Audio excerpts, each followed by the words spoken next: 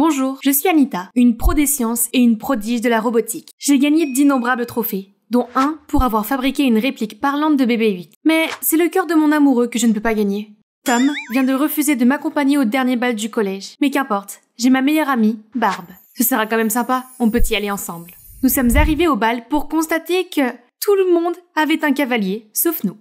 Eh bien, c'est un peu gênant. Bougez, c'est une piste de danse, mesdames. Soit vous dansez, soit vous sortez. Je parie que c'est la première fête à laquelle vous assistez, comme si Tom allait sortir avec une telle perdante. Ouais, tu devrais plutôt demander à tes robots de sortir avec toi. Alors qu'elle s'en allait en riant, je me suis sentie découragée. Barb m'a dit de ne pas les écouter, mais leurs paroles me dérangeaient. Je me suis rendu compte que si je ne changeais pas, je gâcherais le reste de mon adolescence en étant une ratée qui serait exclue de tout ce qui est amusant. Je devais me réinventer avant qu'il ne soit trop tard.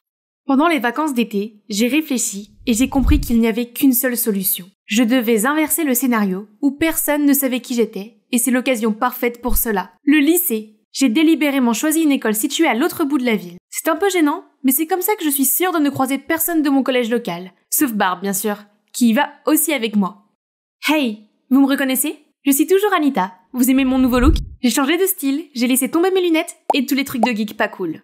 Oh, surprenons ma meilleure amie. Anita ? Waouh, tu parles d'une transformation en Captain Marvel. Merci beaucoup. Cette couleur de cheveux est tellement de saison en ce moment. Attends, tu ressembles à Chelsea. Oh, c'est vrai, c'est drôle. Tu parles comme elle aussi. Ok, donc Chelsea était cette fille populaire du collège. Ouais, j'ai peut-être passé tout l'été à l'étudier. D'accord, j'ai vraiment reproduit son style et ses manières. J'apprends juste à m'améliorer, ce n'est pas différent d'utiliser les humains comme modèle pour programmer un robot. Et puis, ce n'est pas comme si Chelsea était là pour m'embêter. En parlant de robots, comment va ton bébé 8 ? Non, c'est mon passé. On ne sera jamais cool et on n'aura jamais de petits amis si nos camarades pensent qu'on est des intellos. Viens avec moi après l'école, je vais te relooker aussi. C'est bon Anita, ça ne me dérange pas d'être une intello. Mais si ça te rend heureuse, alors tu as tout mon soutien. Ma douce et naïve Barb ne se doutait pas à quel point être cool serait incroyable. Ce sont les enfants cool ici, alias les celebrities. Ils sont si éblouissants et populaires. Et oh, qui sait, il est si beau. Je me suis donc approchée avec assurance pour me présenter à tout le groupe quand... Ah ! Heureusement, personne ne semble avoir remarqué ma chute. Ou alors, ils s'en fichent. De toute façon, ce n'était que mon premier jour ici. J'avais beaucoup de temps pour m'intégrer aux célébrités et pour attirer l'attention de ce beau gosse qui s'appelle soi-disant Eric. Au début, les filles populaires ne m'ont pas remarqué. Mais quelques jours plus tard, Lu, la responsable de Celebrities, a eu un problème de rouge à lèvres et j'ai volé à son secours. Tu vois, je te l'avais dit, cette teinte bordeaux ressort vraiment sur ton teint froid. Ruby Woo, c'est le style 2015 d'Ashley. Tu peux le ranger. Et c'est ainsi que je suis devenue membre du groupe. Elles m'ont invitée à leur soirée, à leur virée shopping et à leur journée spa. C'est comme si j'entrais dans un tout nouveau monde. Un monde très brillant. J'ai pu m'asseoir avec elles à l'heure du déjeuner, où elles mangeaient des plats hypocaloriques. Normalement, je mangeais la même chose qu'elles. Mais aujourd'hui, ma mère m'avait préparé un sandwich spécial avec le Moist Maker, comme celui de Ross dans Friends. Désolée les gars, mais Anita ne partage pas la bouffe.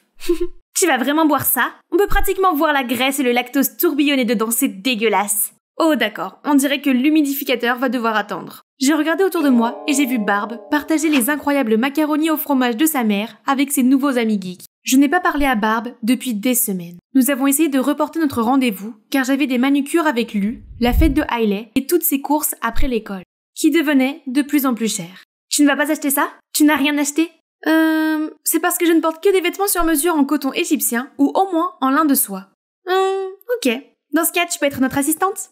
Assure-toi de porter un joli cardigan demain pour notre post Instagram OOTD. Ashley a fait une liste des couleurs disponibles.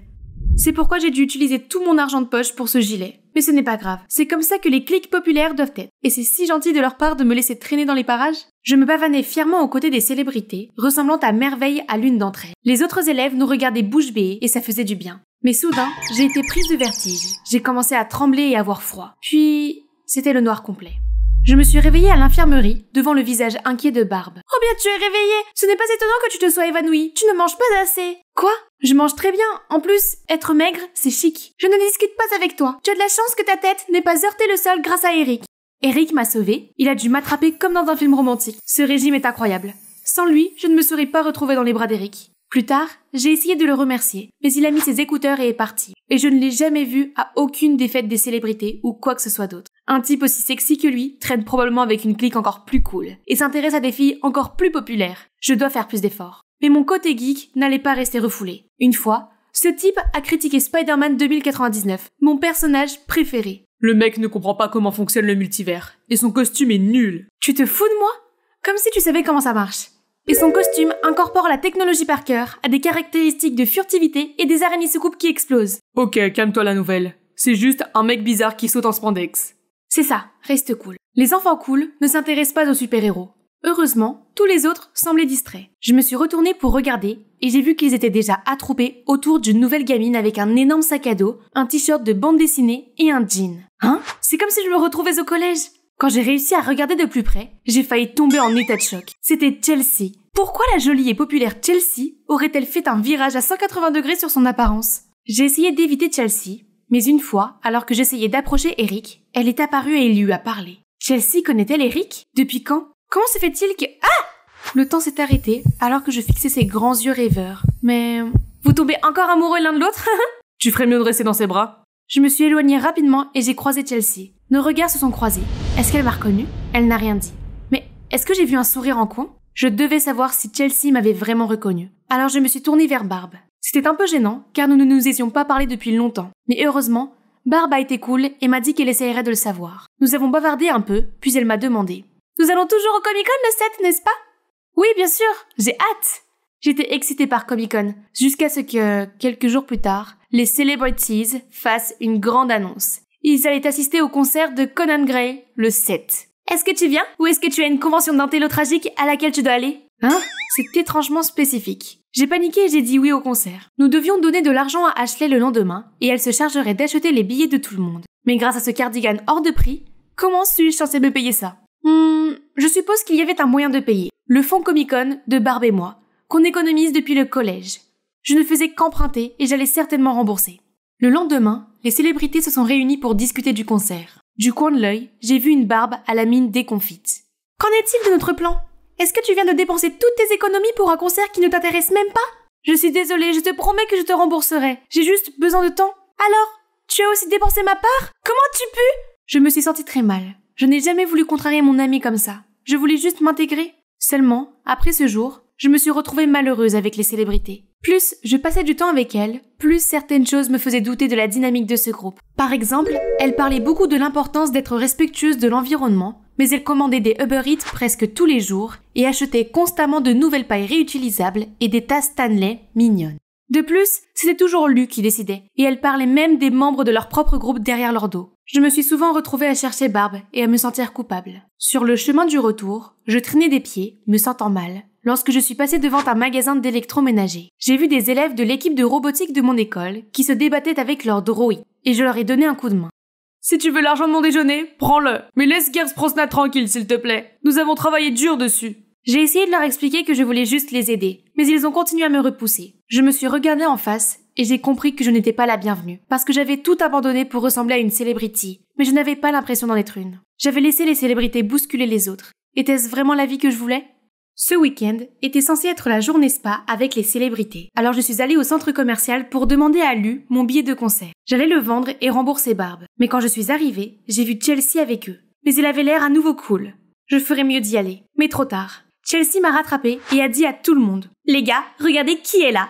Fait amusant. Anita et moi étions amies au collège. Couvre-toi de fond de teint autant que tu veux, mais ton côté intello se verra quand même.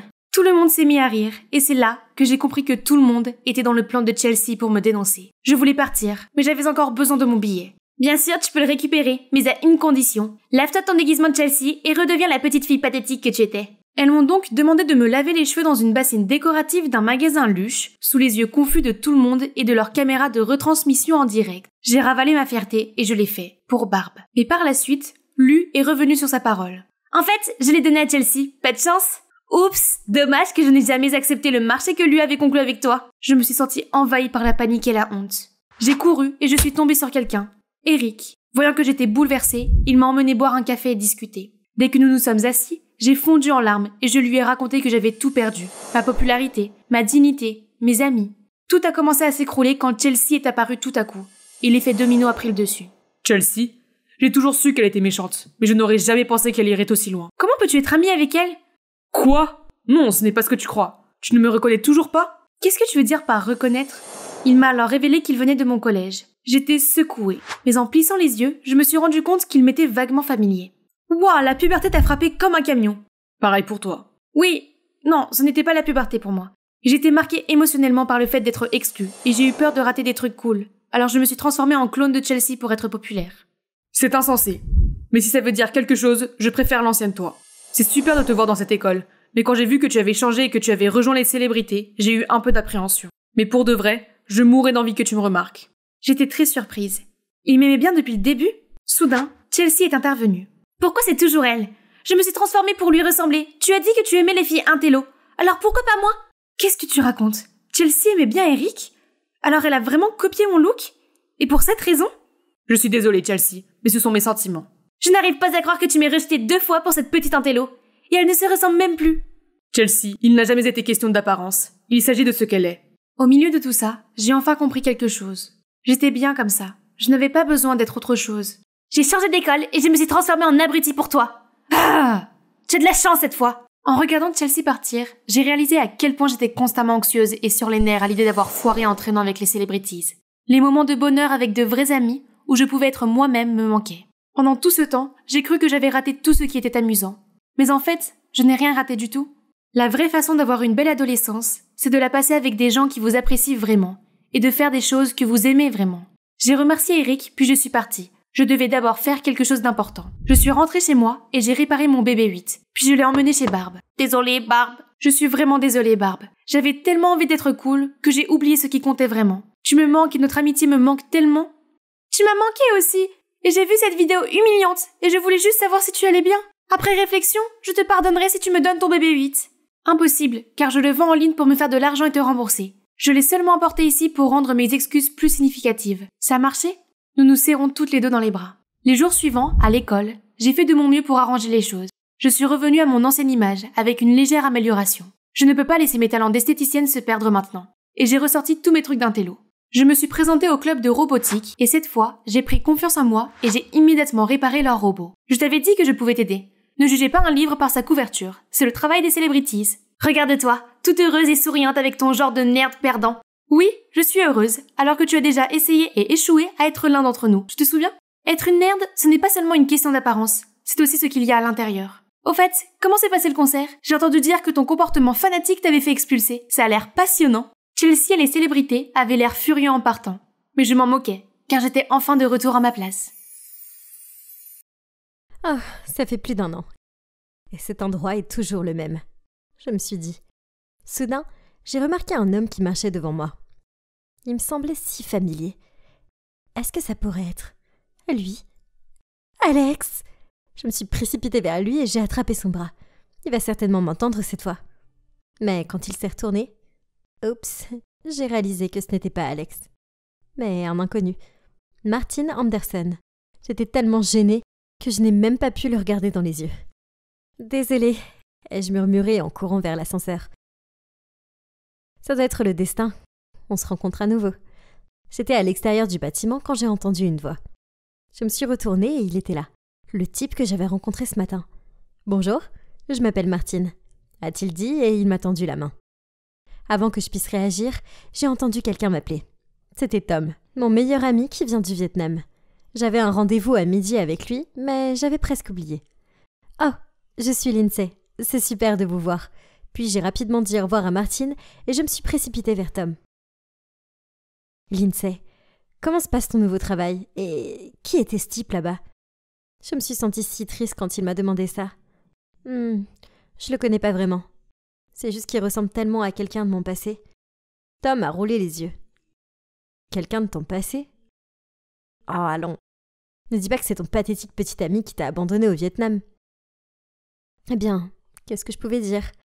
Malgré ce que Alex m'a fait, je n'arrivais toujours pas à le faire sortir de ma tête après tout ce temps. Tom l'a clairement senti en disant « Honnêtement, Lindsay, tu dois l'oublier. C'était un vrai connard. » Soudain, tous les souvenirs de notre relation ont refait surface. Il y a 1 an, Alex et moi étions partis ensemble à l'aventure au Vietnam. Nous l'avons planifié depuis longtemps. Et ça devait être un long voyage, puisque nous voulions explorer le pays autant que possible. Au début, tout se passait comme prévu. Et puis, un matin, une dispute stupide nous a conduit à une grosse bagarre qui a mis Alex tellement en colère qu'il s'est levé et est parti. Je pensais qu'il avait juste besoin de se calmer et qu'il reviendrait. Alors j'ai continué le voyage toute seule en attendant. Mais les jours sont passés rapidement, et il n'y avait aucun signe de lui. Et depuis lors, je n'ai pas vu ou entendu parler de lui. C'est comme s'il s'était volatilisé. Quoi qu'il en soit, j'ai dû payer tout le voyage moi-même, y compris les choses qui étaient réservées pour 2 personnes. Alors je me suis vite retrouvée à court d'argent, et ce qui restait sur mon compte en banque ne pouvait même pas me permettre d'acheter un billet de retour. Alors j'ai demandé à ma mère si je pouvais lui en emprunter. Et c'est là qu'elle m'a dit ce qui s'était passé. Ma famille avait de gros problèmes à cause d'un scandale alimentaire dans leur restaurant. L'affaire était vraiment grave et ils avaient mis la clé sous la porte. Ma mère m'a donc dit de rester au Vietnam pour un certain temps, jusqu'à ce que les choses se soient calmées. C'est ainsi que je me suis retrouvée coincée au Vietnam pendant 1 année entière, et le reste est de l'histoire. Je me suis tournée vers Tom et j'ai souri. Il avait été si bon avec moi. Tom, merci de m'avoir aidé à trouver un travail. Tu m'as sauvé la vie. Tom a souri et a dit « Non, je devrais te remercier. En fait, c'est la raison pour laquelle je suis ici aux États-Unis pour remplir mon master. Et tu sais quoi ? Je veux toujours être celui qui est à tes côtés. Toujours. » Bon sang, c'était un peu embarrassant. Je ne savais pas quoi répondre, alors j'ai forcé un sourire poli. Oui, je pouvais voir qu'il avait des sentiments pour moi, mais je le considérais que comme mon meilleur ami. Et en plus, en ce moment, j'avais déjà du pain sur la planche. Donc, me voilà maintenant, dans l'entreprise qui appartenait à ma famille pour aider mes parents à résoudre ce scandale avec leur restaurant. Je sais que les allégations sont fausses et je suis déterminée à les aider à résoudre ce problème pour qu'ils puissent récupérer leur affaire.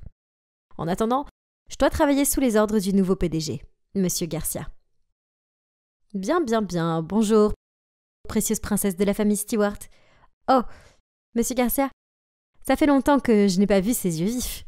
Quel honneur pour nous d'avoir la fille de l'ancien PDG comme employée.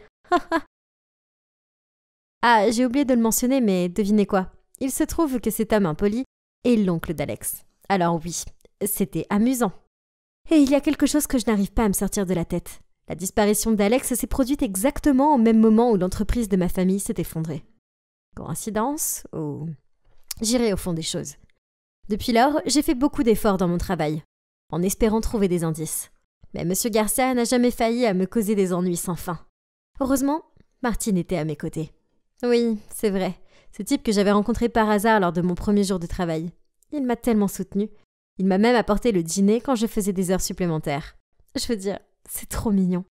Et plus je passais du temps avec lui, plus j'étais heureuse. Il y avait quelque chose de si familier en lui. Tom, cependant, n'était pas content de ça. Il avait postulé pour un stage dans notre entreprise et il travaillait dans le département de contrôle des fichiers. Tom était si grossier avec Martine chaque fois qu'ils se croisaient. Et ça me faisait si mal à l'aise. Une fois, Martine m'a proposé de me raccompagner chez moi. Et Tom m'a forcé à aller avec lui à la place en disant que c'était plus sûr. Il était si immature. Mais je n'avais pas de temps à consacrer à cela, car il y avait des choses plus importantes en jeu. Un jour, j'ai découvert qu'il y avait un indice qui pouvait me conduire à la vérité. Un document top secret qui était conservé dans le département de contrôle des fichiers. Il contenait toutes les activités commerciales d'avant la faillite de ma famille, ainsi que les détails sur la façon dont M. Garcia a repris l'entreprise. J'avais besoin d'accéder à ce document. Cependant, il y avait un problème. Les seules personnes qui pouvaient accéder à l'ordinateur où ce document était stocké étaient les membres de la famille d'Alex. Gros problème, n'est-ce pas? Bref, un soir, Tom et moi étions au restaurant et il agissait vraiment bizarrement. Soudain, il a dit « Lindsay, tu devrais rester loin de Martine. Il y a quelque chose de louche chez lui. » Ça m'a énervé. « Tom, je comprends pas. C'est quoi ton problème avec lui? »« S'il te plaît, écoute-moi d'abord. » Puis, il m'a dit ce qu'il avait vu. Une nuit, il est retourné au bureau parce qu'il avait oublié son téléphone et a vu Martine essayer d'accéder à des documents top secrets.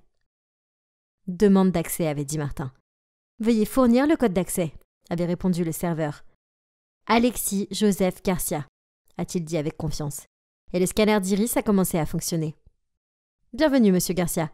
Accès accordé. » Tom avait observé tout cela derrière la porte, tranquillement. Et en seulement quelques clics, Martine avait réussi à accéder à tous les fichiers top secrets sans problème. Puis, il était parti rapidement par la porte de derrière. Je pouvais pas le croire. Si seule la famille Garcia avait accès à ces fichiers, comment Martine avait-il fait ça? Et comment connaissait-il le nom complet d'Alex? Bon, je devais payer plus attention à ce type. Au moins, il y avait eu le dossier de toute façon. Ça me suffisait. Je devais l'obtenir de lui. Quelques jours plus tard, j'ai prétendu que mon ordinateur portable était en panne, et j'ai demandé si je pouvais emprunter le sien pour envoyer quelques emails. J'ai rapidement vérifié ses fichiers, mais je n'ai rien trouvé. Où pouvait-il les garder? Puis un jour, je l'ai vu glisser une clé USB dans son sac. Eh bien, ça c'était louche. Peut-être était-ce ce dont j'avais besoin. Cet après-midi-là, je l'ai invité à prendre un café et j'ai décidé de laisser tomber mon téléphone afin de trouver un moyen d'atteindre son sac et de récupérer la clé USB. Malheureusement, ça ne s'est pas passé comme prévu. J'ai fini par renverser ma tasse de café et elle s'est répandue sur la manche de Martine. Il portait toujours des manches longues, même les jours de canicule. Mais bien sûr, le café s'était répandu partout. Alors il a rapidement relevé sa manche. Et c'est là que je l'ai vue. Une cicatrice qui remontait le long de son bras. Je suis restée bouche bée. Comment tu as eu cette cicatrice? Elle ressemble exactement à celle de mon ex. Alex avait la même cicatrice. Avant que je puisse en dire plus, Martine a fait un bond et a dit « Quelle cicatrice ?» Puis il a rapidement baissé sa manche. « Ne me mens pas, Martine. Je l'ai vue. Et je sais qu'il y a quelque chose qui cloche chez toi. Pourquoi as-tu accédé à la salle des serveurs à 22h? Et comment connais-tu le nom complet d'Alex? Dis-moi qui tu es. Je savais que tu avais quelque chose de familier. Dis-moi juste la vérité. » Oui, c'est moi. Alex. Il a parlé avec hésitation, puis m'a demandé de me calmer. Mais je ne pouvais pas le supporter. Les battements de mon cœur se sont accélérés. « Comment as-tu pu faire ça ?» J'ai crié. « Toi et ton oncle aviez prévu ça depuis le début ?» Lindsay, laisse-moi t'expliquer. J'ai eu recours à la chirurgie plastique, mais ce n'est pas ce que tu crois. Je suis de ton côté. Je veux faire tomber mon oncle et récupérer l'entreprise pour ta famille. S'il te plaît, crois-moi.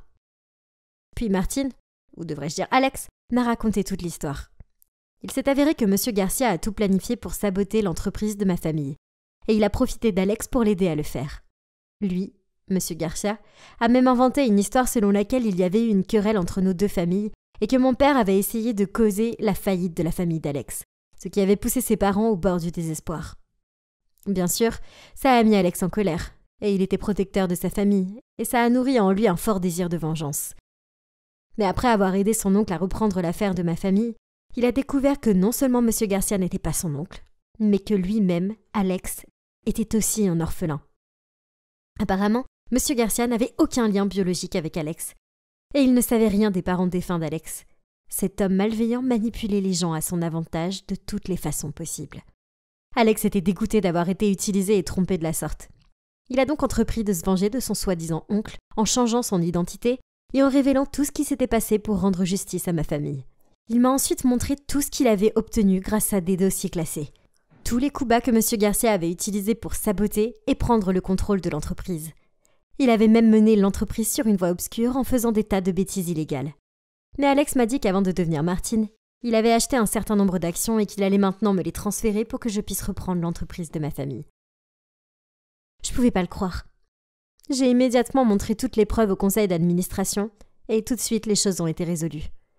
Finalement, M. Garcia a non seulement été viré de l'entreprise, mais il a également été condamné à la prison pour ses pratiques commerciales non éthiques. Et tout ça, c'est grâce à Alex. La personne à qui j'en voulais le plus a été celle qui m'a aidé à récupérer tout ce que j'avais perdu. Quant à Alex et moi, eh bien, il est clair que nous avons encore des sentiments l'un pour l'autre. Mais après ce que nous avons traversé, je pense qu'il vaut mieux se donner du temps avant de se lancer dans une relation. En plus, Tom m'a déclaré son amour, ce qui était bien sûr évident, mais je ne veux pas le contrarier. Seul le temps nous dira si Alex et moi sommes faits l'un pour l'autre. Non! Maintenant, prenez votre sale argent et quittez mon navire! Ce n'était vraiment pas notre jour. C'était déjà le 5e gars à nous rejeter. Personne ne semblait vouloir se rendre sur cette île. Oh, salut, je suis Juliette. Cela fait déjà 2 ans que mon père s'est étrangement volatilisé lors d'un voyage d'affaires. Il a juste disparu. Mais même quand les autorités ont confirmé qu'il était décédé, je ne pouvais pas me débarrasser de l'idée qu'il était toujours vivant quelque part. Alors, j'ai continué à le chercher depuis. En fait, il y a quelques jours, j'ai trouvé une piste. Vous voyez, j'étudie à l'Institut archéologique, où j'ai trouvé par hasard une ancienne carte d'un trésor caché sur une île déserte. Ça a l'air fou, n'est-ce pas? Eh bien, ça devient encore plus fou. Juste à l'endroit exact où le trésor était indiqué sur la carte, se trouvait le symbole d'une hirondelle. l'hirondelle typique de mon père. Et ses initiales, RC, étaient écrites là aussi. Cela pourrait-il être? Il n'y avait pas de temps à perdre. C'est ainsi que j'ai atterri ici, dans un village de pêcheurs près de cette île avec ma meilleure amie Leila. Elle m'a accompagnée parce qu'elle était inquiète que je parte seule, ce qui est gentil de sa part. Vous voyez, il y avait une rumeur parmi les locaux que cette île était maudite. Apparemment, tous ceux qui ont osé s'y aventurer ont disparu sans laisser de traces. C'est pourquoi on l'appelle l'île perdue. Mais il y avait un navire qui en était revenu intact, celui du capitaine Jacques Boucher. À son retour, il a raconté aux habitants qu'autour de l'île perdue se trouvaient des récifs au courant ultra rapide. Alors la plupart des navires ont fait naufrage. Les âmes de ceux qui y sont morts sont restées piégées des années durant et sont devenues de méchants esprits qui gardent l'île contre les étrangers. Mais, heureusement pour Jacques Boucher, il y avait un joyau de la déesse Amphitrite pour le protéger de toutes les tempêtes en mer. Et ça a marché. Bref, Leila et moi avons décidé qu'il était l'homme de la situation, alors on est allé au pub local pour le trouver. « Donne-moi un autre rum and coke, allez !» dit-il entre deux hoquets. L'homme était déjà ivre. Je lui ai alors demandé s'il pouvait nous emmener sur l'île, mais le barman est intervenu. « Oh, allons, seuls les fous osent s'approcher de l'île perdue. » Mais n'est-il pas sans danger d'y aller avec Jacques Boucher? J'ai entendu dire qu'il est protégé par une déesse ou quelque chose. « C'est vrai !» Jacques Boucher a soudainement élevé la voix. Mais le joyau ne fonctionne que lorsque vous êtes en mer. Entrer sur cette île est une autre histoire. De plus, les esprits qui gardent cette île sont terrifiants. Je ne suis pas assez fou pour y retourner. Donc la réponse est non. Mais je n'étais pas prête à abandonner. Combien tu veux? 50 000 $ et je vous y emmène. Il a rigolé. Ces mots nous ont laissés abasourdis. Rentrons à la maison. C'est une perte de temps. C'est évident qu'il essaye de nous voler notre argent. 50 000 $? Où diable allons-nous trouver cette somme d'argent? Mais je suis si proche de mon père maintenant, je peux le sentir. Je ne peux pas abandonner à mi-chemin. Soudain, j'ai eu une idée. En fait, nous voulions aller sur l'île pour trouver un ancien trésor qui vaut bien plus que 50 000 $. Si vous nous emmenez, nous partagerons le trésor. Qu'en dites-vous? Ah, comment je peux savoir si tu ne bluffes pas? A-t-il dit. Alors je lui ai montré la carte. Ça lui a pris quelques minutes, mais finalement il m'a serré la main et le marché était conclu. Puis il a dit que nous devions partir le plus vite possible, sinon d'autres personnes essaieraient de nous devancer pour le trésor. Donc, tôt le lendemain, nous sommes montés à bord de son navire, le Sirène. Et je ne vais pas mentir, nous étions toutes les deux assez effrayées.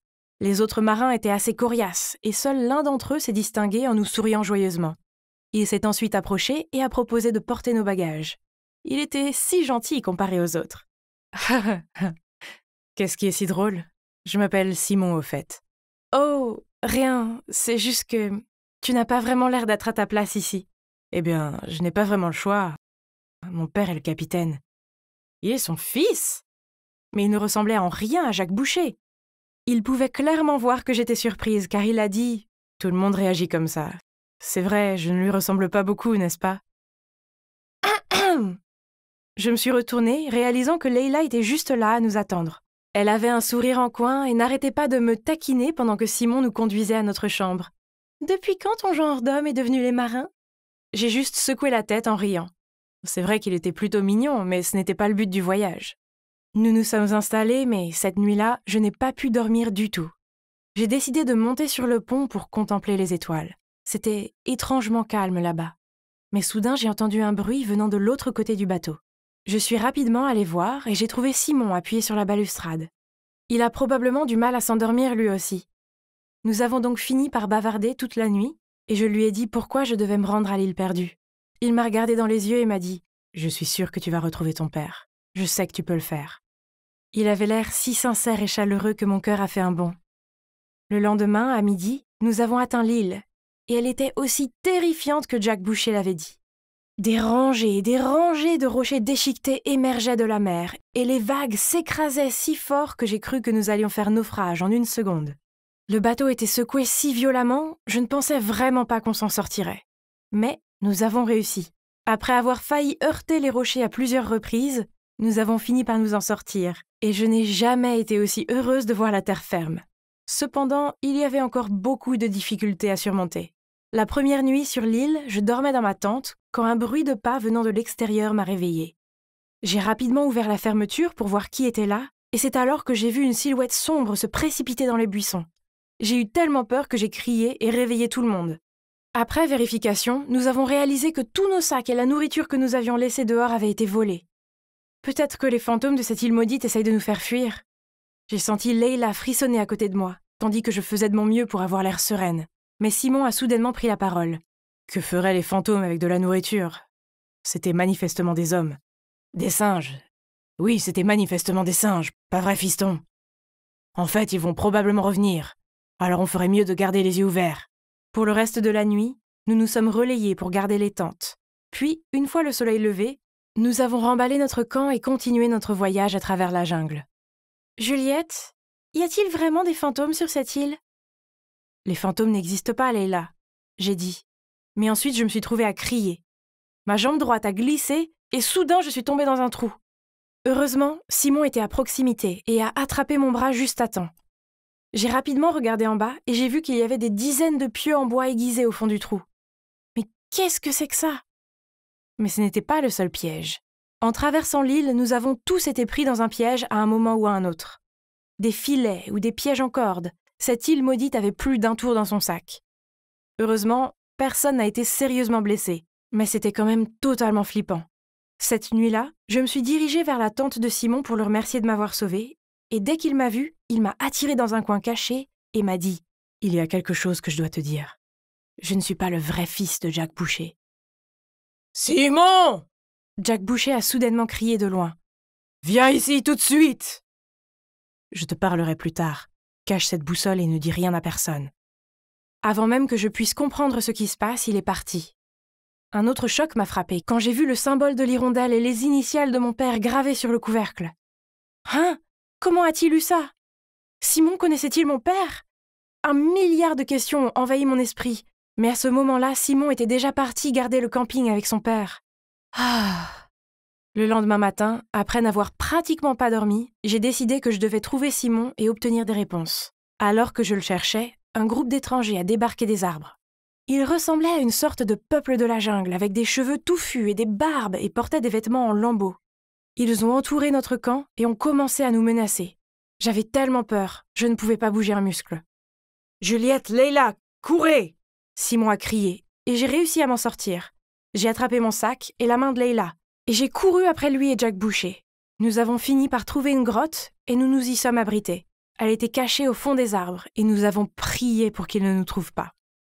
Nous ne sommes sortis que lorsque nous étions sûrs qu'ils étaient partis. J'ai demandé si nous devions aller chercher le reste de l'équipage, mais Jack Boucher a ignoré ma question, et n'avait en tête que le trésor. Oh! Il était prêt à laisser son équipage derrière lui! Quel homme froid! Et pourtant, je n'avais pas d'autre choix que de continuer les recherches. Je ne pouvais pas risquer de me faire attraper par ces barbares. Je devais retrouver mon père. Donc j'ai sorti la carte à contre-cœur et nous avons suivi les indications. Elle nous a conduits à un temple de pierre au milieu de l'île. Un par un, nous sommes entrés et avons pénétré profondément à l'intérieur. Soudain, Jack Boucher a crié. Une flèche l'a frôlé, marquant de peu sa joue. Terrifié, il est devenu pâle, en se serrant la poitrine. « Il vaut mieux que votre trésor mérite tout ça. Sinon... » Nous avons continué et avons vu une porte. « Il est là! Le trésor est derrière cette porte !» Jack Boucher a couru en avant, se jetant contre la porte. Sa patience était définitivement à bout. Pendant qu'il s'efforçait d'ouvrir la porte, je regardais autour de moi pour trouver d'autres indices sur mon père. Soudain, je me suis retournée pour voir Jack Boucher tomber à genoux. Il avait réussi à ouvrir la porte, mais à l'intérieur, il n'y avait qu'une pièce pleine de vases poussiéreux, ébréchés et couverts de toiles d'araignée. « Vous m'avez piégé! J'ai risqué ma vie pour venir dans cette île maudite pour rien !» Jack Boucher s'est alors précipité sur moi pour me saisir. J'ai lutté pour m'éloigner de lui. Il me serrait tellement fort le cou que je ne pouvais plus respirer. J'ai regardé Simon en suppliant pour de l'aide, et il a essayé de calmer Jack Boucher. « Oh, tais-toi! Et toi, apporte toutes tes affaires par ici, ou ton ami aura de gros problèmes. » Tremblante, Leila a obéi, le suppliant de m'épargner, mais il lui a lancé un regard menaçant tout en resserrant ses bras autour de mon cou. Il a fait signe à Simon de venir chercher ses affaires. « Non, laisse-la partir. »« Oh, petit Simon, as-tu oublié ta maman et ton papa? Tu ne veux pas qu'ils soient blessés, n'est-ce pas? » « J'en ai assez fait pour toi. » De quoi parlaient-ils tous les deux? Qu'est-ce qui se passe? Ma tête tournait et manquait d'air.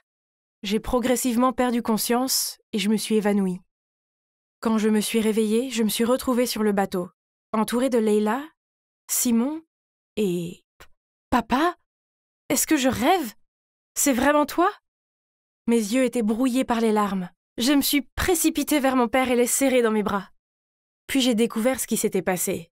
Dès que je me suis évanouie, la horde de barbares a fait une embuscade, a capturé Jack Boucher et nous a tous libérés. Il s'est avéré que ces gens étaient tous des marins, des archéologues et des explorateurs, qui étaient venus sur l'île pour chercher le trésor. En traversant le récif, ils ont été attaqués par un groupe de pirates qui les ont dépouillés de tous leurs biens et possessions, puis ils ont été impitoyablement jetés les mains vides sur l'île. Cet équipage de pirates n'était autre que l'équipage de Jack Boucher. Toutes ces légendes sur l'île, y compris le joyau de l'Amphitrite, ont été inventées par Jack Boucher lui-même, pensant qu'il pourrait dissimuler ses crimes en empêchant les gens de s'approcher de l'île. Waouh! Cet homme était un vrai monstre. Je savais que quelque chose clochait chez lui. Mais heureusement, profitant de la venue des pirates sur l'île, le groupe de victimes a conspiré pour les capturer et se libérer de l'île déserte. Quant à Simon, le pauvre Simon, il avait traversé tellement de choses. Il était en fait l'une des victimes. Il y a 2 ans, lui et ses parents ont également été abandonnés sur l'île. Inquiets que leur fils ne survive pas, ses parents ont supplié Jack Boucher de le laisser faire partie de son équipage.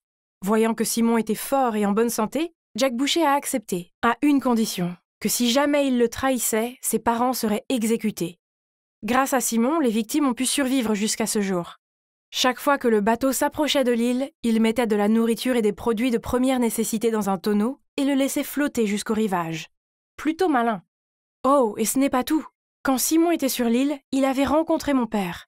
Et ils ont même eu une conversation avant que Simon ne monte à bord pour rejoindre l'équipage. « S'il te plaît, promets-moi que si tu réussis à t'échapper, essaye de trouver ma fille et donne-lui ceci comme un signe que je suis toujours vivant. Je te le promets. » Je n'arrivais pas à y croire. C'était grâce à Simon que j'avais trouvé mon père. Il a souri à moi et à mon père et a dit « Vous voyez, je tiens toujours mes promesses. » Bref, quand le bateau a accosté, les pirates ont été immédiatement arrêtés. Quant aux victimes, elles ont enfin été réunies avec leurs familles. Une année s'est écoulée et honnêtement, tout cela est encore tellement surréaliste pour moi. Mon père et moi avons passé une grande partie de l'année dernière à mettre en place une organisation pour aider les personnes qui avaient été bloquées sur l'île à se réinsérer dans la société. Leila est en train d'écrire un livre sur notre aventure. Et quant à moi et Simon, eh bien, nous sommes officiellement ensemble. Je suppose que l'île n'était pas si mauvaise après tout, n'est-ce pas? J'étais si nerveuse, comme je n'ai jamais été auparavant. Je ne savais même pas que c'était possible pour une conférence de presse d'être aussi bondée. Soudain, les flashs sont arrivés de toutes les directions. C'était presque aveuglant, mais le déclic ne s'arrêtait pas, ainsi que leur voix m'appelant par mon nom. « Hazel, regarde par ici !»« Ici, par ici, Hazel !» Oh mon Dieu, pourquoi c'était si chaotique? J'ai commencé à paniquer et je me suis enfuie. Mais je n'avais fait que quelques pas quand... Boum! Oh, ces stupides talons! Oh, salut, je ne vous avais pas vu. Soyons réalistes, c'est assez difficile de voir quelqu'un sous cet angle. Puis de toutes parts, les journalistes ont afflué tels des vautours affamés en essayant de me prendre en photo. J'étais encore confuse et je ne savais pas quoi faire quand... « Messieurs, s'il vous plaît, laissez-lui un peu d'espace. Tu vas bien ?» Robert, mon père adoptif, est venu m'aider à me relever. Excusez-nous, c'est la première fois qu'elle assiste à un tel événement. Si vous êtes d'accord, nous allons l'aider à répondre à vos questions. Ouf! J'avais enfin échappé au chaos. Ou du moins, c'est ce que je pensais. Dès qu'il est rentré dans la maison, Robert a crié « Pamela !» Ce qui m'a donné la peur de ma vie. « Je ne t'ai pas demandé d'apprendre les bonnes manières à Hazel? Comment as-tu pu la laisser s'embarrasser devant le public comme ça ?» Pamela avait l'air mortifiée et continuait à s'incliner et à s'excuser, mais Robert était toujours furieux. « Si ça se reproduit, tu ferais mieux de faire tes valises et de partir d'ici. » Je me sentais tellement coupable. C'était à cause de moi qu'elle s'était fait hurler dessus comme ça. Mais j'avais fait de mon mieux. Ce n'était clairement pas assez bien. J'ai essayé d'oublier, mais tôt le lendemain matin, Pamela m'a réveillée. Elle m'a donné un emploi du temps et m'a dit qu'à partir de maintenant, je n'aurais plus besoin d'aller à l'école. Et qu'au lieu de ça, un tuteur viendrait m'enseigner à la maison. Quoi? Pourquoi tout d'un coup? J'ai demandé à Pamela, choquée. C'est à cause de l'incident d'hier. Le maire a décidé que vous deviez passer plus de temps à apprendre l'étiquette nécessaire. Es-tu sérieuse? Il ne peut pas me garder enfermée ici. Pas question. Hazel, écoute, tu devrais être reconnaissante d'avoir été adoptée dans cette maison. Garde à l'esprit tout ce que M. Cornelius a fait pour toi et fais docilement ce que je te dis. Tu comprends ce que je veux dire? En regardant Pamela, je savais que je n'avais pas d'autre choix que d'accepter. Le jour de la cérémonie d'ouverture de la mairie était enfin arrivé et j'ai pu quitter la maison pour la première fois en 1 mois. 1 mois entier! C'était le moment de vérité. Aux yeux du public, je m'étais complètement transformée en une vraie jeune fille prestigieuse. Lorsque Robert a commencé son discours, il a annoncé une collecte de fonds au profit de mon orphelinat, dans l'espoir que les enfants comme moi aient une chance de vivre une vie meilleure. En entendant son discours, j'ai eu du mal à retenir mes larmes. J'étais assise à côté de ma mère adoptive, Elinor, et je me suis retournée pour la serrer dans mes bras. Tout le monde me regardait et il semblait que j'avais enfin fait quelque chose de bien. J'ai souri à Robert et nous avions tous les deux les larmes aux yeux. Peut-être que Pamela avait raison. J'avais de la chance d'avoir été adoptée par des gens aussi gentils. Mais dès que nous sommes rentrés, tout a changé. Mes parents se sont tus et sont allés dans leur chambre, me laissant seule. Où étaient mes louanges? J'avais si bien fait, non? Pourquoi n'étaient-ils pas contents? Les jours suivants, ils m'ont encore demandé de les rejoindre pour leurs événements, donc on dirait que j'ai fait du bon travail. Tandis que les médias et le public étaient là, ils étaient tous sentimentaux et affectueux envers moi, me félicitant constamment. Nous devions avoir l'air d'une famille parfaite. Mais dès qu'on rentrait à la maison, ils m'ignoraient, et s'ils voulaient me dire quelque chose, ils demandaient à Pamela de me le transmettre. C'était vraiment bizarre. Je commençais à me sentir seule et déprimée, et même si je vivais dans un véritable luxe, l'orphelinat me manquait. Un jour, la fille de Pamela, qui est aussi la seule amie que j'avais dans cet énorme manoir, Paisley, a vu à quel point j'étais bouleversée et m'a demandé « Hey, pourquoi as-tu accepté d'emménager dans cette maison? Tu es clairement malheureuse ici. » Paisley m'a compris. Elle avait le même âge que moi, donc on pouvait bien s'entendre. J'étais nerveuse de lui en parler, mais je savais qu'elle comprendrait. Alors je lui ai tout dit. Le truc, c'est que j'ai une petite sœur. Elle a seulement 8 ans et elle s'appelle Amber. C'est pour ça que l'orphelinat me manquait tant. Elle y était encore. Elle a une maladie cardiaque congénitale et après la mort de nos parents, l'orphelinat ne pouvait pas payer ses factures d'hôpital. Quand la famille du maire a décidé de m'adopter, j'ai refusé parce que je ne voulais pas laisser Amber seule. Mais ensuite, Robert a proposé de payer ses traitements médicaux si j'acceptais, et le reste appartient à l'histoire. Je ne peux pas partir comme ça. Si je le fais, que va-t-il arriver à Amber? Oh, Hazel, je ne savais pas ça. Je suis désolée, mais je dois être honnête avec toi. Une fois, j'ai entendu Robert et Elinor dire que tu étais la fille parfaite pour jouer ce rôle. Hein? Quel rôle? Ça voulait dire qu'il m'utilisait pour quelque chose? Ça n'avait aucun sens, mais ces mots retentissaient dans mon esprit jusqu'à ce que... Un jour, Elinor m'a demandé de l'accompagner à un événement caritatif qui, disait-elle, allait être diffusé à la télévision. On devait préparer des plats faits maison et les distribuer aux sans-abri. J'étais si contente, mais lorsque je suis entrée dans notre cuisine, j'ai découvert que les chefs avaient déjà tout préparé avant l'arrivée de l'équipe de tournage. J'étais très déçue et j'ai demandé à Elinor ce qu'il en était. Elle a ri et a dit « Oh non, ma chérie, notre travail consiste juste à être jolie et gracieuse devant la caméra. » Puis, avant de distribuer la nourriture, elle m'a donné une paire de gants et m'a dit « Ne touche pas leurs mains, d'accord? Elles sont sales. » Oh mon Dieu! Comment a-t-elle pu dire de telles choses? Oh! Alors ça m'a frappée. Je comprenais maintenant ce que Paisley avait dit. L'affection et la gentillesse que les Cornelius me montraient, c'était juste pour le spectacle. Tout ça pour gagner la confiance de l'audience, alias le public, alors que c'était ça leur vrai visage. Je devais faire quelque chose, je ne pouvais pas les laisser tromper le public comme ça. Lorsqu'Elinor est allée aux toilettes et a enlevé ses gants, je les ai rapidement saisis et jetés à la poubelle. Quand nous sommes ressortis, un sans-abri s'est approché d'elle pour lui exprimer sa gratitude et lui a demandé une poignée de main. Bien sûr, elle a essayé de refuser, mais à ce moment-là, la caméra était tournée vers elle. Alors elle n'avait pas d'autre choix. Et l'homme ne s'est pas contenté de lui serrer la main. Il a même pris Elinor dans ses bras pour un gros câlin. Je n'ai pas pu retenir mon rire en voyant à quel point elle était troublée. C'était bien fait pour elle. Ensuite, Elinor a attrapé mon bras et m'a traînée dans un coin tranquille. Puis elle a dit « C'est toi qui as fait ça, n'est-ce pas ?» J'ai fait semblant de ne pas comprendre de quoi elle parlait, ce qui l'a rendue encore plus furieuse. Plus tard, dans la soirée, quand nous sommes rentrés à la maison, Robert nous attendait déjà et m'a crié « À quoi penses-tu jouer ?» J'étais confuse, mais ensuite Elinor a ajouté « Ne tente pas de m'embêter comme ça encore une fois. Maintenant, écoute bien, ta petite sœur ne te manque-t-elle pas? Tu n'es pas curieuse de savoir si elle va bien ou pas? C'est vrai, il vaut mieux bien te comporter à partir de maintenant, jeune fille. J'étais si bouleversée par ce qu'ils avaient dit que je voulais même pas quitter ma chambre. Et si quelque chose arrivait à ma sœur? Soudain, Paisley est passé par la fenêtre pour entrer dans ma chambre. Dès que je l'ai vue, j'ai fondu en larmes. « Paisley, s'il te plaît, aide-moi. J'ai besoin que tu ailles à mon orphelinat voir Amber pour voir si elle va bien. » Quelques heures plus tard, Paisley est revenue, haletante. « Ta sœur, elle ne va pas très bien. »« Quoi? Mais n'avait-elle pas reçu de l'argent pour ses traitements mensuels ?» Paisley a secoué la tête. « Les nonnes ont dit qu'elles n'ont pas reçu un centime depuis ton départ. Maintenant, Amber survit à peine. » Les mots de Paisley m'ont brisé le cœur. Ces deux-là m'avaient trompée pendant tout ce temps et maintenant la vie de ma sœur ne tenait qu'à un fil. Je devais aller au fond des choses. Je suis passée devant le bureau de Robert et j'ai entendu quelqu'un parler. Curieuse, j'ai jeté un coup d'œil et j'ai vu un groupe d'hommes d'âge moyen assis autour d'une table. L'un d'eux a pris la parole. « Hé Robert, le jour de l'élection approche. Est-ce que la petite fille fait toujours du bon travail ?»« Oh, ne vous inquiétez pas, c'est juste une petite fille idiote. Elle croit tout ce que je lui dis. Surtout à propos de sa sœur malade. » Robert a souri. Comment ose-t-il parler de ma sœur comme ça? Je devais faire quelque chose. Je ne pouvais pas laisser cet homme vicieux tromper tout le monde comme il m'avait fait. Alors, j'ai pris mon téléphone pour filmer. En parlant de ça, combien d'argent de charité avons-nous obtenu jusqu'à présent? 100 000 $, Robert a dit. Et la salle a été remplie de louanges. Messieurs, d'ici la fête de clôture de l'action caritative ce week-end, nous devrions avoir presque 500 000 $ pour la campagne électorale. Dès que j'aurai gagné, votre entreprise bénéficiera de réductions d'impôts pendant les 4 prochaines années. J'ai dû couvrir ma bouche pour m'empêcher de halter. Pendant tout ce temps, il m'avait exploité, moi et l'orphelinat, pour sa corruption. Mon Dieu, je me suis sentie si stupide de tomber dans son piège.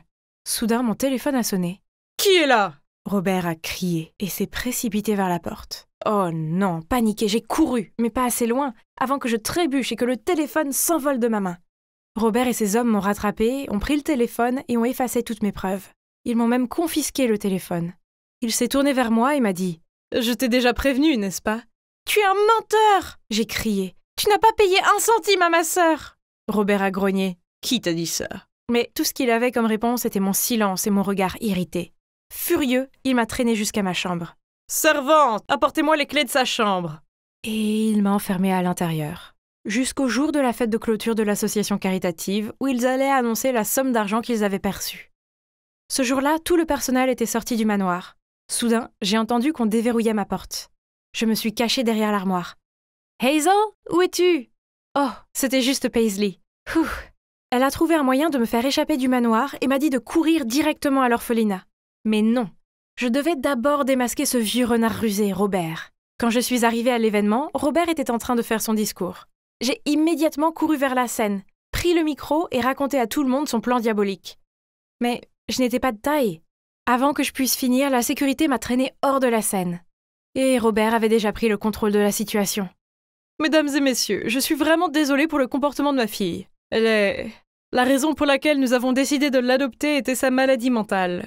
Depuis qu'elle est arrivée chez nous, elle s'est améliorée, mais comme vous pouvez le voir, il y a eu une petite rechute. » Quel serpent! Cet abruti ne recule devant rien pour obtenir ce qu'il veut. À ce moment-là, le grand écran de la scène a soudainement montré la vidéo que j'avais prise, révélant tous les plans de Robert et de ses complices. Maintenant, il était bel et bien exposé. Je l'ai regardé pendant qu'il balbutiait. « Non, ça ne peut pas arriver !» À ce moment précis, la police s'est précipitée pour arrêter Robert et ses complices dans les tribunes. Vous vous demandez comment nous avons réussi à faire ça? Alors que je courais dans le couloir, j'ai réussi à envoyer la vidéo à Paisley. Dès qu'elle l'a reçue, elle est venue me trouver et a vu tout ce qui s'était passé. Elle a couru chez sa mère pour demander de l'aide. Pamela a alors élaboré un plan. Pendant que Paisley me libérait du manoir, Pamela s'est mise au travail pour projeter la vidéo sur le grand écran. Génial, non? 1 mois plus tard, Robert et ses complices sont arrêtés pour détournement de fonds, et bien sûr, il est enfermé pour un longtemps. Lui et Elinor ont tous les deux reçu un tel retour de bâton de la part du public, à tel point qu'elle a dû rester cachée elle aussi. L'argent de la charité a heureusement été remis à l'orphelinat, et une partie a été utilisée pour prendre soin de ma sœur, Amber. Elle va beaucoup mieux maintenant. Oh, Paisley et moi sommes toujours les meilleurs amis du monde. Pamela a trouvé un bien meilleur travail, et quant à moi, je suis retournée à l'orphelinat jusqu'à ce que je sois assez grande pour partir. Je préfère 1000 fois rester seule avec ma sœur que d'être adoptée par une famille paumée à nouveau.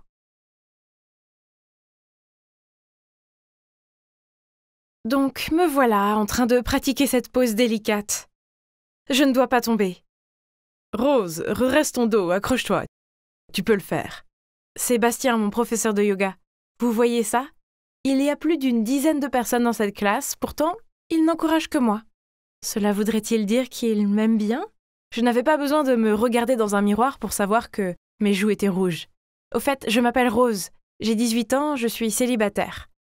Sans vouloir me vanter, je sais que je suis plutôt jolie, amicale et amusante, donc il est facile de dire que je plais à beaucoup de gars. Mais pourquoi aucun d'entre eux n'ose-t-il m'avouer ses sentiments? De quoi avait-il si peur? Prenez Bastien par exemple. Il m'aimait clairement, mais était trop timide pour l'admettre. C'était tellement évident car il n'arrêtait pas de tourner autour de mon tapis juste pour pouvoir vérifier ma position. Même mon meilleur ami Joseph l'a remarqué, car à chaque fois que Bastien s'approchait, Joseph avait ce sourire narquois et m'envoyait des signaux avec ses yeux. Je lui ai déjà dit de ne pas faire ça. Après le cours, Joseph n'arrêtait pas de me taquiner.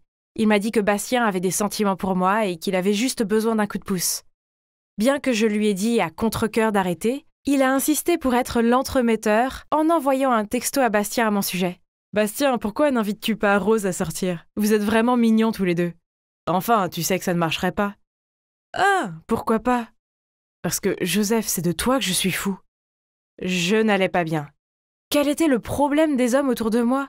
Pourquoi ils ne m'aimaient pas? Je ne pouvais pas continuer comme ça, je dois avoir un petit ami. Et je ne rigolais pas.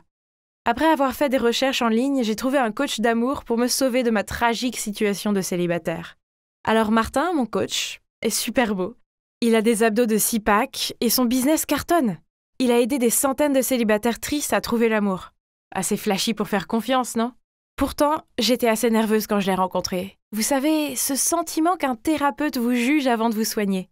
Mais en fait, il était rassurant, très ouvert et ne posait pas trop de questions. Soyons juste ouverts à ce sujet, d'accord? Manipuler quelqu'un pour qu'il sorte avec toi n'est pas le fondement d'une relation saine. Mais ne t'inquiète pas, puisque j'ai le secret.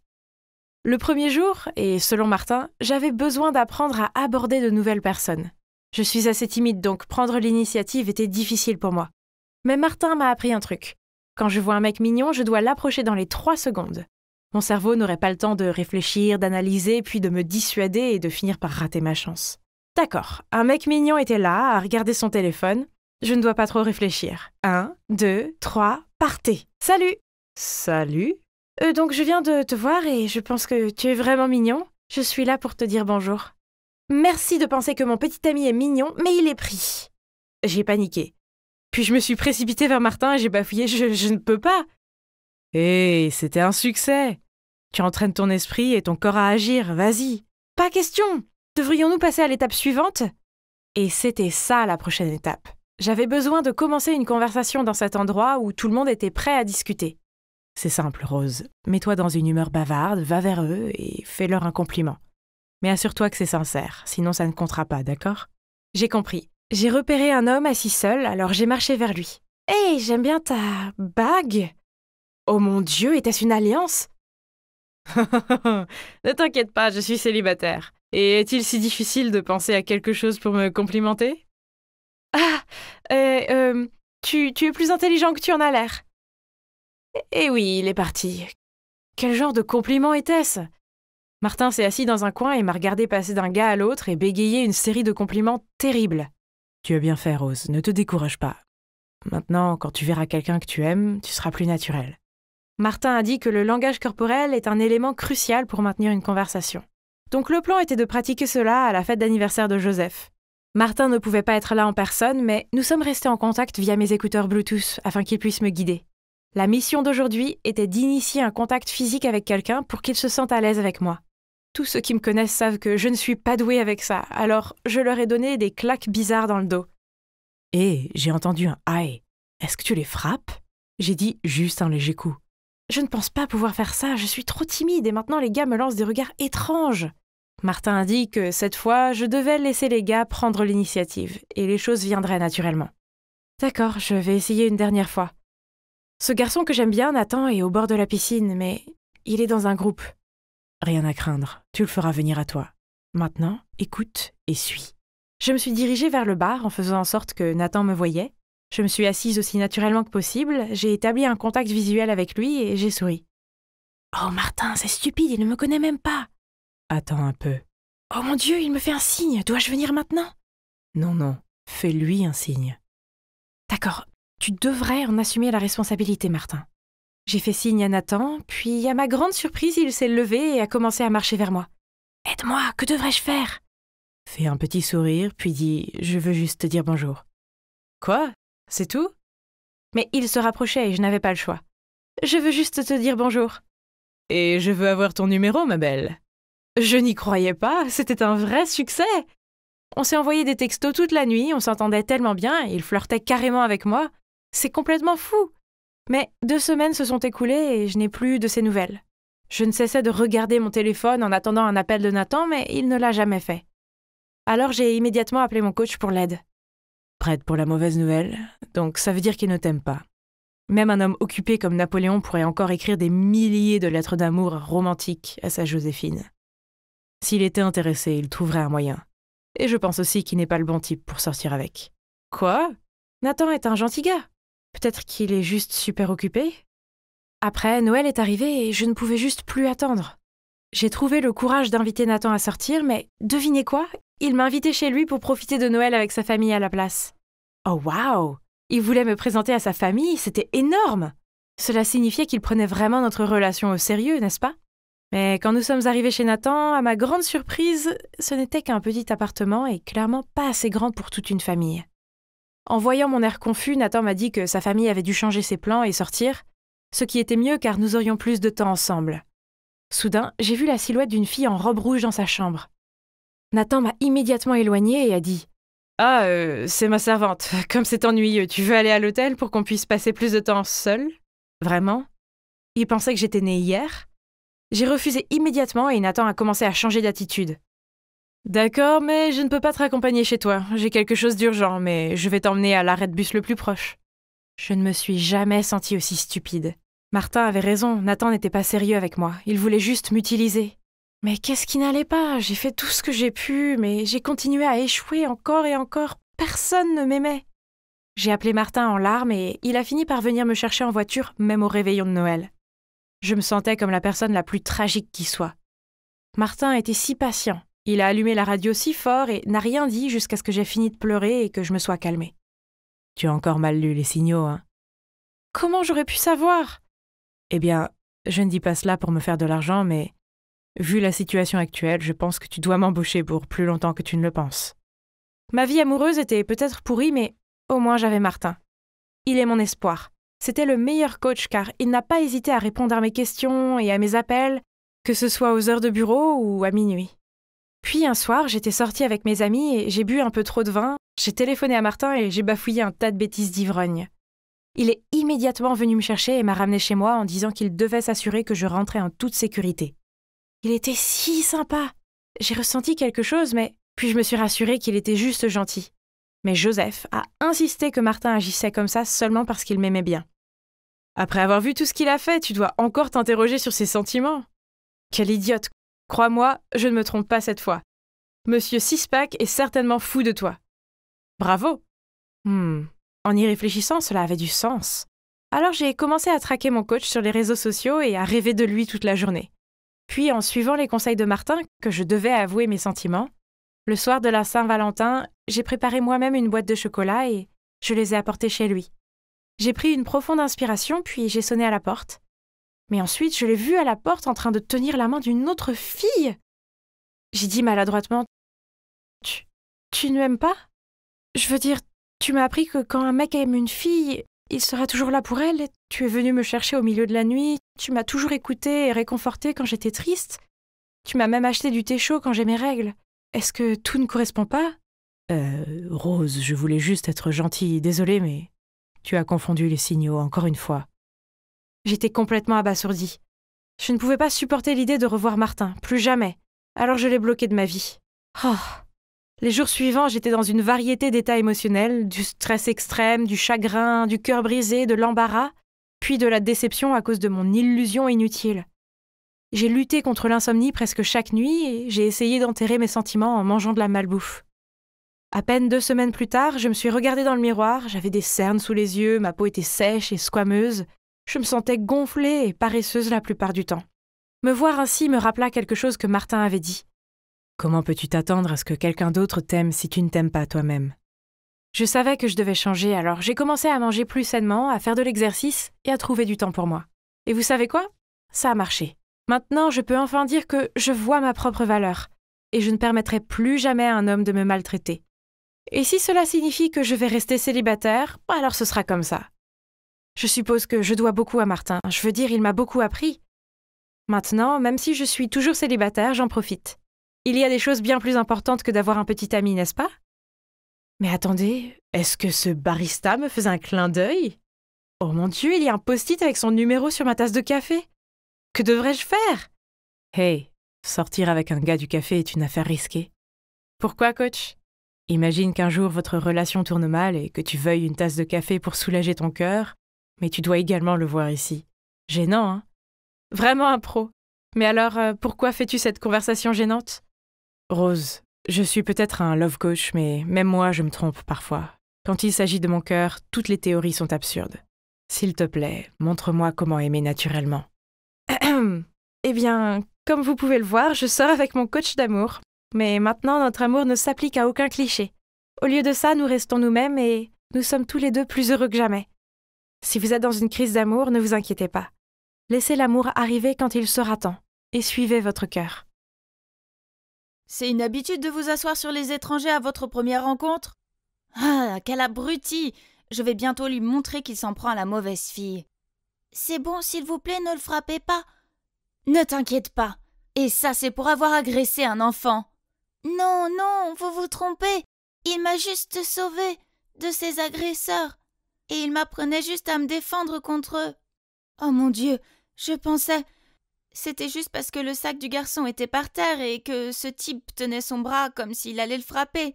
Je me suis maladroitement levée et j'ai littéralement crié pour m'excuser, puis j'ai couru directement à la maison. Donc, comme vous pouvez le voir, ma maison est un peu particulière. Mes parents dirigent une maison de retraite, donc j'ai grandi entourée de personnes âgées. Tu étais si gênée que tu l'as laissé étendu là et que tu t'es enfui. La première fois que j'ai rencontré mon mari, je l'ai aussi renversé avec mon dolio Chagi. Peut-être que ce garçon est ton destin. Pff, impossible, Madame Jones.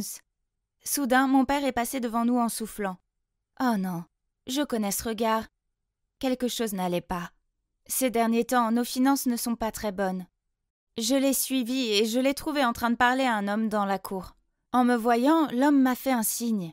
« Tu connais cette personne ?»« Ah, c'était le gars que j'avais presque frappé plus tôt. »« C'est vrai, la personne que tu as presque assommée est mon fils. J'ai tout vu donc, je t'ai suivi ici. Il a fréquenté de mauvais amis et n'est plus concentré sur ses études.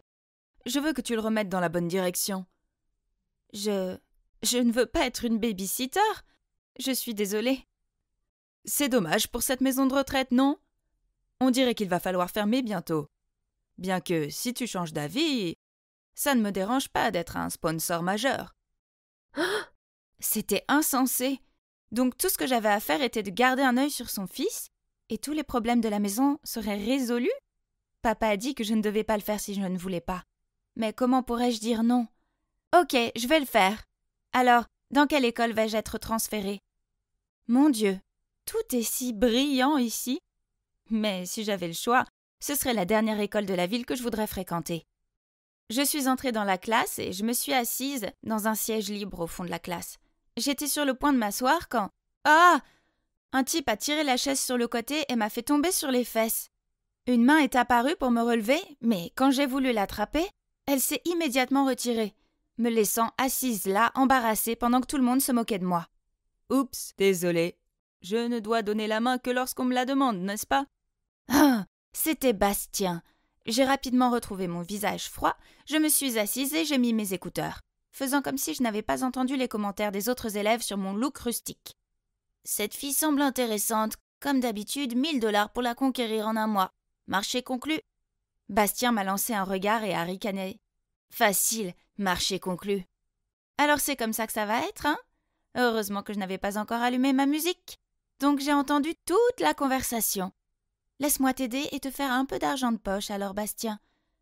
Et il ne lui a pas fallu longtemps pour mettre en œuvre son plan. À l'heure du déjeuner, il m'a conduite avec enthousiasme à la cantine, m'a guidée pour obtenir de la nourriture et a même demandé à la dame du déjeuner de me donner un yaourt de plus. Bien essayé. J'essayais d'apprécier mon déjeuner quand une voix stridente a retenti. « Lève-toi et va me chercher à manger. Je veux un cupcake comme le tien. Maintenant !» Mon Dieu, pourquoi certaines filles pensent que c'est normal de traiter les garçons comme ça? Frustrée, je suis allée là-bas, j'ai pris le gâteau sur le plateau du garçon et je l'ai mis dans sa bouche. Voilà, t'es contente? Pauvre fille, tes bras doivent être tout cassés si tu ne peux pas aller chercher ta nourriture toi-même. Laisse-moi te nourrir alors, je t'en prie. T'es folle? T'es morte! Elle a levé sa main, elle était sur le point de me gifler, mais j'ai rapidement esquivé, ce qui l'a fait tomber au sol. Quant à moi, je me suis calmement assise à côté du garçon et j'ai pris mon repas. Désolée d'avoir gâché ton gâteau. Tu peux prendre mon yaourt si tu veux. Voici Kai, mon premier ami dans cette nouvelle école. Il est spirituel, intelligent et a un dossier scolaire impressionnant. Il est ici grâce à une bourse d'études, ce qui explique pourquoi il ne s'est pas tout à fait intégré, tout comme moi. J'ai remarqué que Bastien semblait ennuyé et qu'il me fixait sans cesse. Je parie qu'il en avait juste marre d'être taquiné par ses amis puisque je l'ignorais totalement. Oh, mais il n'a pas abandonné si facilement. Le lendemain matin, il s'est présenté chez moi pour me récupérer, mais je préfère faire 2 tours de la cour de l'école pour être en retard que de monter avec toi. Puis à l'école, il m'a fait trébucher et a tendu la main en faisant semblant de m'aider. Mais entre toi et le sol, je choisis le sol. Il m'a même attendu à la porte de l'école avec un énorme bouquet de roses. Mais j'ai juste jeté un coup d'œil et j'ai commencé à tousser. « T'es allergique aux fleurs ?»« Non, je suis allergique aux gens immatures et ennuyeux, comme toi. » Puis je suis partie. Ah, comme si toutes les filles allaient tomber dans le panneau. Et ça a duré comme ça pendant des semaines. Mais un jour, il s'est approché de moi à la bibliothèque pendant que j'étudiais avec Kai et m'a tendu un collier. Je l'ai regardé, puis je lui ai rendu et je me suis retournée pour parler à Kai. « Sérieusement, tu me rejettes pour ce nerd ?» Kai est intelligent, galant et sophistiqué. Contrairement à toi, tu n'es qu'un perturbateur. Est-ce que tu me regardes de haut? Oh, enfin! Je me demandais combien de temps il te faudrait pour comprendre ça. Tu ne m'as pas aidé une seule fois pour la dissertation de littérature anglaise. Tu es dans mon groupe, mais tu penses probablement que Les Raisins de la Colère est un groupe de rock. Donc, et si je finis cette dissertation tout seul, est-ce que tu sortiras avec moi? D'accord, mais il faut que tu aies un A. Sinon, tu peux oublier. Et mon plan a marché. Bastien a terminé la rédaction tout seul. Il est intelligent, mais il a négligé ses études, et ça lui a fait faire des petites erreurs.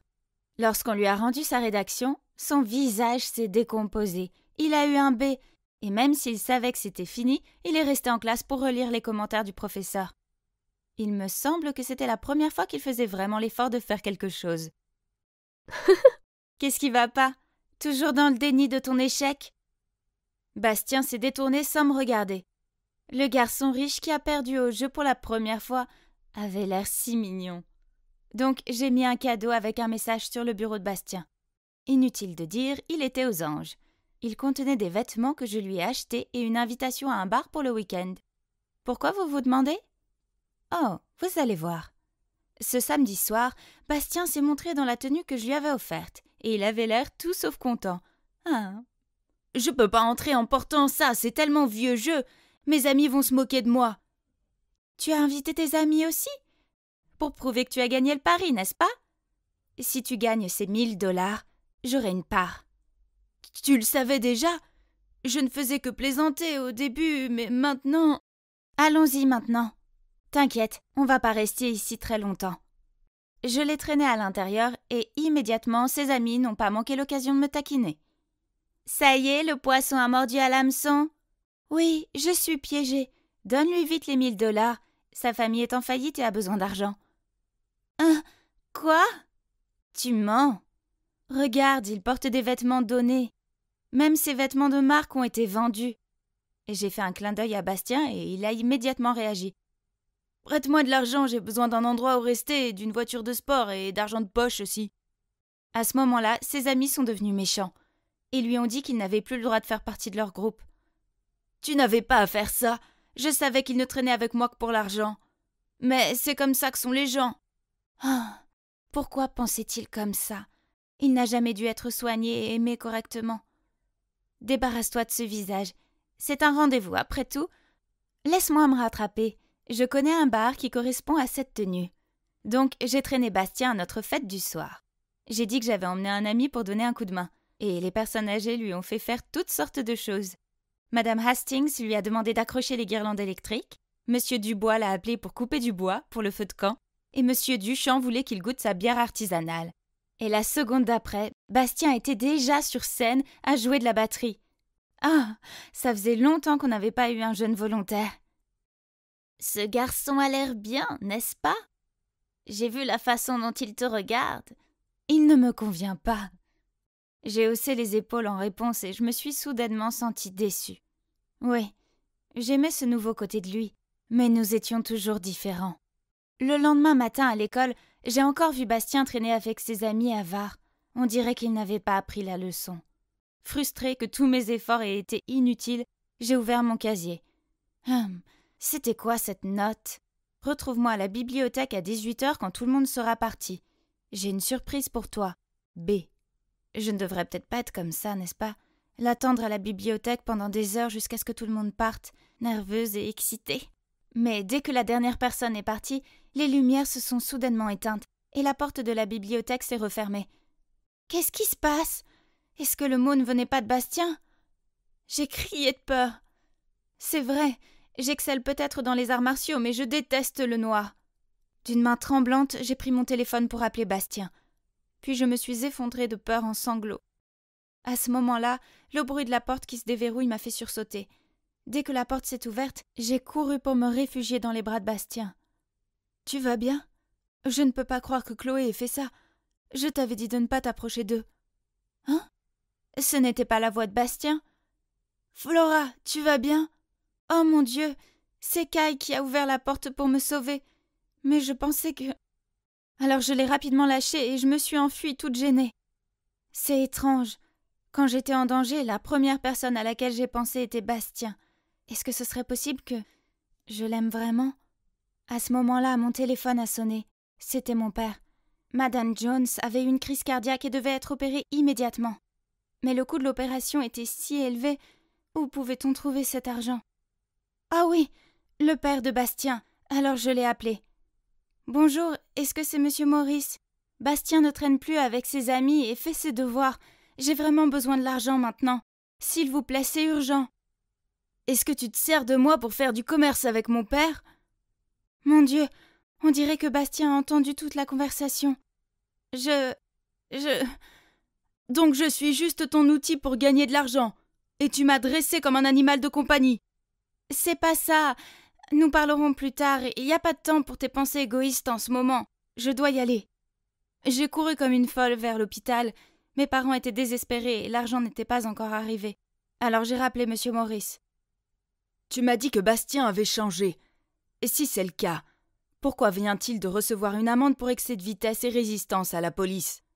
Ne m'appelle plus jamais. Ne t'inquiète pas, Flora. Je vais vendre le terrain de la maison de retraite pour Madame Jones. Tout le monde est d'accord pour déménager dans une maison du gouvernement. Nous avons vendu notre maison et nous vivons avec Madame Jones dans une nouvelle ville. Elle va beaucoup mieux maintenant. Mais les autres personnes âgées me manquent. Et Bastien me manque aussi. Je suis toujours en contact avec Kai. Il m'a dit que Bastien était allé dans une école militaire comme son père le voulait. Eh bien, c'est inattendu de sa part. Tu devrais parler à ce garçon. Pas de ce que tu as fait, mais lui avouer tes sentiments. Cela t'évitera d'avoir des regrets plus tard. Puis elle m'a tapoté l'épaule pour me réconforter. Mais je n'ai vraiment pas le courage de le faire. Je me sentais coupable. Madame Jones, vous avez une lettre. Flora, regarde. C'est l'invitation à un concert de la maison de retraite. C'est notre concert, n'est-ce pas? Tremblante, j'ai pris l'invitation. Qu'est-ce que c'est?